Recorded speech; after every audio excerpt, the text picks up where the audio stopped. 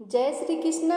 राधे राधे। दोस्तों, आज हम लोग जानेंगे कि जब भगवान का घर में वास होता है तो कौन से 11 संकेत मिलते हैं। दोस्तों, अगर हर सुबह आपको ये संकेत मिलते हैं तो आप समझ लें कि आपके घर में ईश्वर का वास हो चुका है। वह क्या है संकेत, आज हम इसी पर बात करेंगे। भगवान को खुश करने के लिए लोग बहुत सारी पूजा पाठ और व्रत करते हैं। भगवान के आगे सुबह शाम दीपक जलाने से लेकर भोग भी लगाते हैं ताकि भगवान की कृपा उन पर बनी रहे और उन्हें जीवन में किसी भी तरह की समस्या का सामना न करना पड़े। यह तो हम सभी जानते हैं कि भगवान की पूजा और अर्चना करने से वह हमसे प्रसन्न होते हैं, पर क्या आप जानते हैं कि वह हमें इस बात का संकेत भी देते हैं। तो आइए जानते हैं इन संकेतों के बारे में जो आपको ये बताते हैं कि भगवान की विशेष कृपा आप पर है। दोस्तों, जब आप पूजा पाठ करते हैं तो ईश्वर का वास आपके घर में होता ही होता है, चाहे वह प्रत्यक्ष रूप से हो या फिर अप्रत्यक्ष रूप से। जो जब घर में वास करते हैं तो आपको महसूस हो ही जाता है।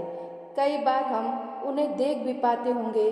कई बार ऐसा होता होगा कि भगवान तो आपके घर में वास करते हैं, लेकिन आपकी कुछ गलतियों से लौटकर चले जाते हैं। आपके कुछ कर्मों से वे लौट जाते हैं, क्योंकि उस समय अक्सर लोग यह गलती करते हैं, वो कभी पूजा पाठ करते हैं और फिर छोड़ देते हैं, फिर कुछ दिन बाद पूजा करते हैं, उसे छोड़ देते हैं।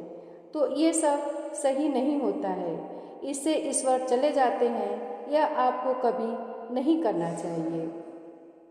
बहुत से लोग ऐसे भी होते हैं जिनके घर में ईश्वर तो वास करते हैं, लेकिन उन्हें स्वयं इस बात का पता ही नहीं होता और वे स्वयं उनका अपमान करके उन्हें वापस भेज देते हैं। यह कहकर मैं ईश्वर की पूजा तो रोज करता हूँ, लेकिन तब भी ईश्वर मुझे क्यों नहीं दिखाई देते।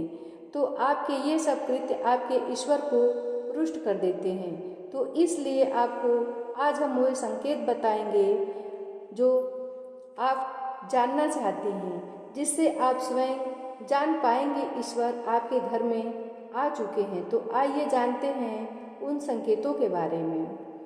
जब आप सो रहे होते हैं और ब्रह्म मुहूर्त में उठ जाते हैं, हर रोज आपकी नींद इसी समय खुल जाती है।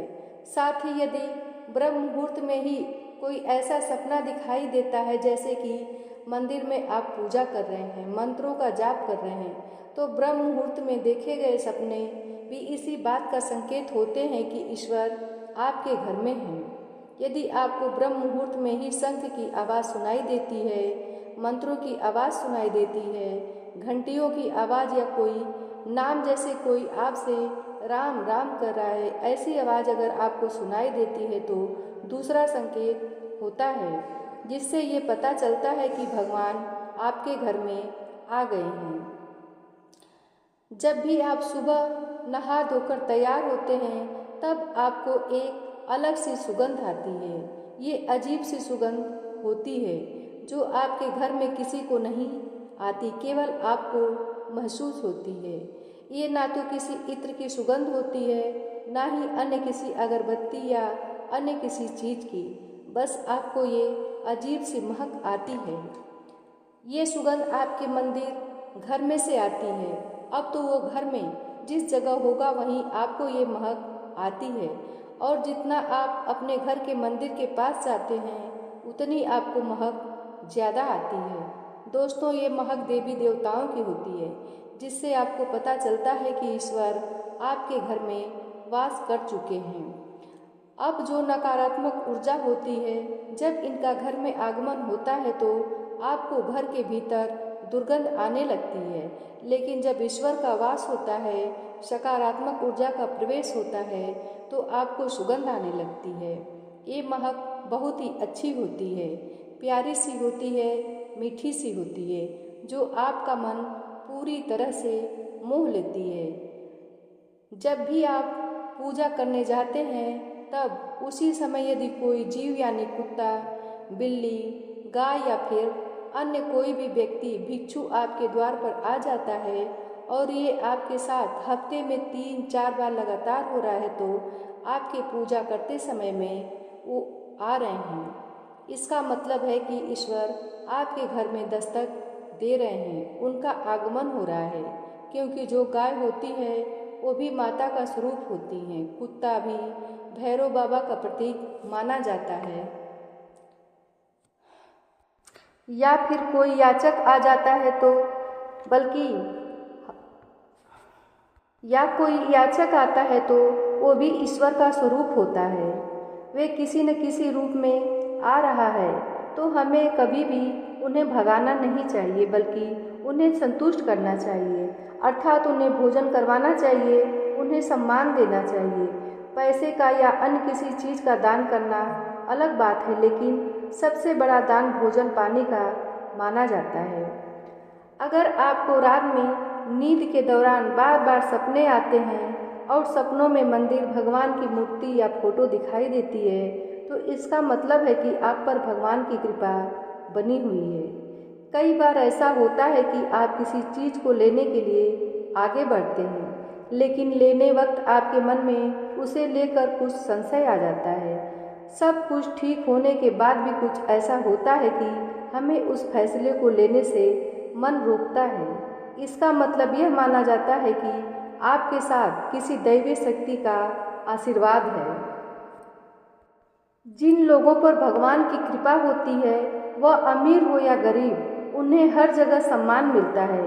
अगर किसी को कम मेहनत करने पर भी सफलता हासिल होती है तो यह भगवान की ही कृपा की निशानी है।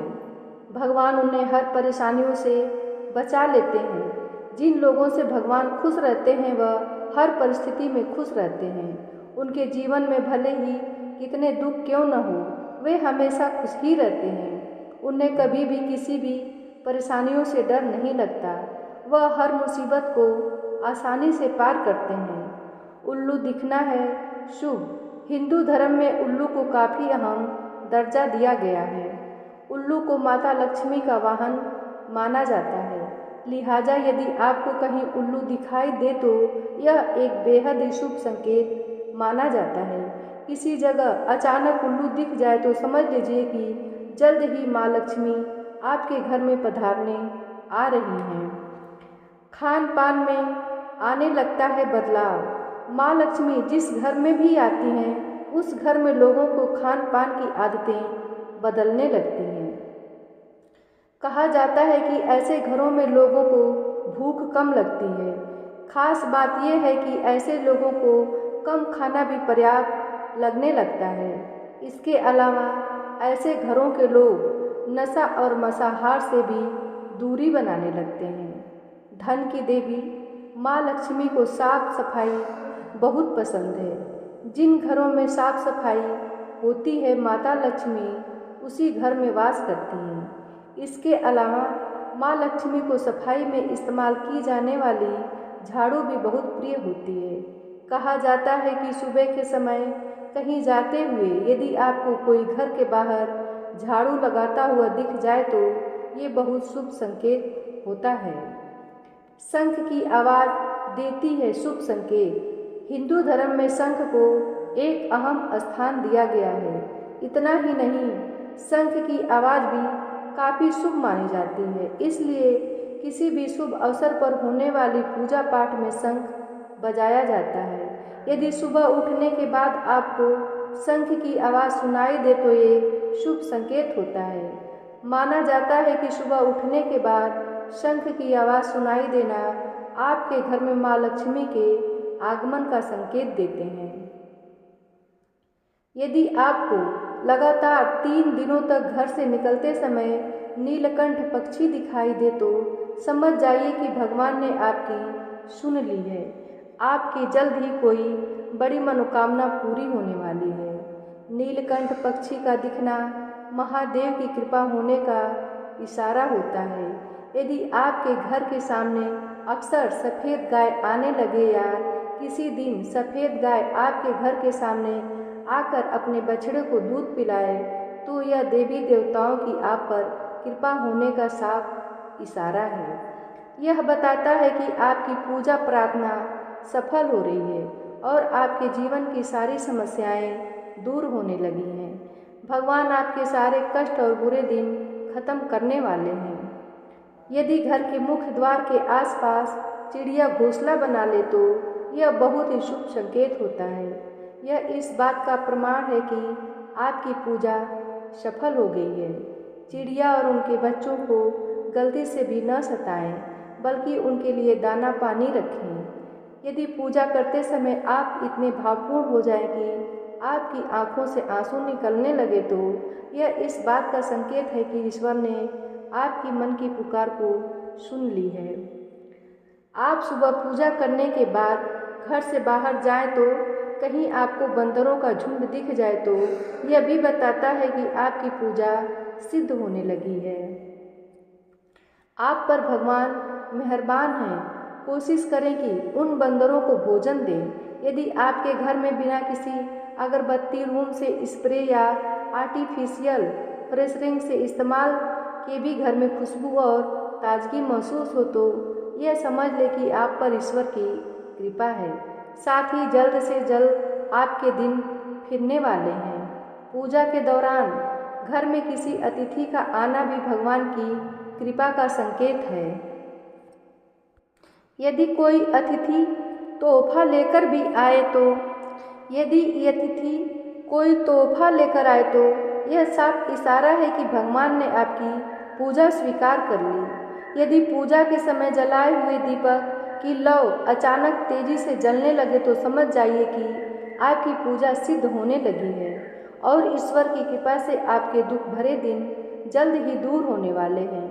अगर अक्सर आपकी नींद सुबह 3 बजे से 5:30 बजे के बीच यानी कि ब्रह्म मुहूर्त में खुले तो यह भी ईश्वर का संकेत है कि आप भगवान की भक्ति से प्रसन्न हैं। जिस व्यक्ति की नींद अचानक से बार रात के 3 बजे के बाद खुलती है तो इसे मामूली बात ना समझें। ये संकेत बहुत ही शुभ माना जाता है। ऐसा माना जाता है कि रात के 3 बजे के बाद देवी देवताओं की शक्तियाँ जागृत हो जाती हैं, जो कि आपसे बहुत कुछ कहना चाहती हैं। ऐसे में आपका बार 3 बजे के बाद देवी देवताओं से मांगा हुआ वरदान कभी खाली नहीं जाता है। ईश्वर आपकी प्रार्थना अवश्य सुनते हैं। अगर आपको आपके सपनों में ऊंचे पर्वत दिखाई देते हैं और वहां से बहता हुआ झरना आपको दिखाई देता है और इस जल को आप पी लेते हैं तो निश्चित तौर पर आपको कामयाबी अवश्य प्राप्त होती है। अगर आप अपनी शिक्षा का सही प्रयोग करके उससे परिवार चला पा रहे हैं तो ये ईश्वरीय कृपा से ही संभव है। दुनिया में तमाम ऐसे लोग हैं जो शिक्षित होने के बावजूद शिक्षा का सही उपयोग नहीं कर पाते। जिन लोगों की सेहत अच्छी रहती है उन पर भी परमेश्वर की विशेष कृपा है। सेहत खराब होने से सिर्फ आपके शरीर पर भी असर नहीं पड़ता बल्कि काफ़ी आर्थिक नुकसान भी होता है। इसलिए निरोगी काया प्राप्त किए लोगों को खुद को भाग्यवान मानना चाहिए। यदि आपको जीवन में सुयोग्य जीवन साथी मिला है तो ये भी परमेश्वर की कृपा से ही संभव है। एक अच्छा जीवन साथी आपके पूरे जीवन को खुशहाल बना सकता है, लेकिन अगर जीवन साथी खराब मिल जाए तो पूरी लाइफ झगड़े और क्लेश के बीच गुजरती है।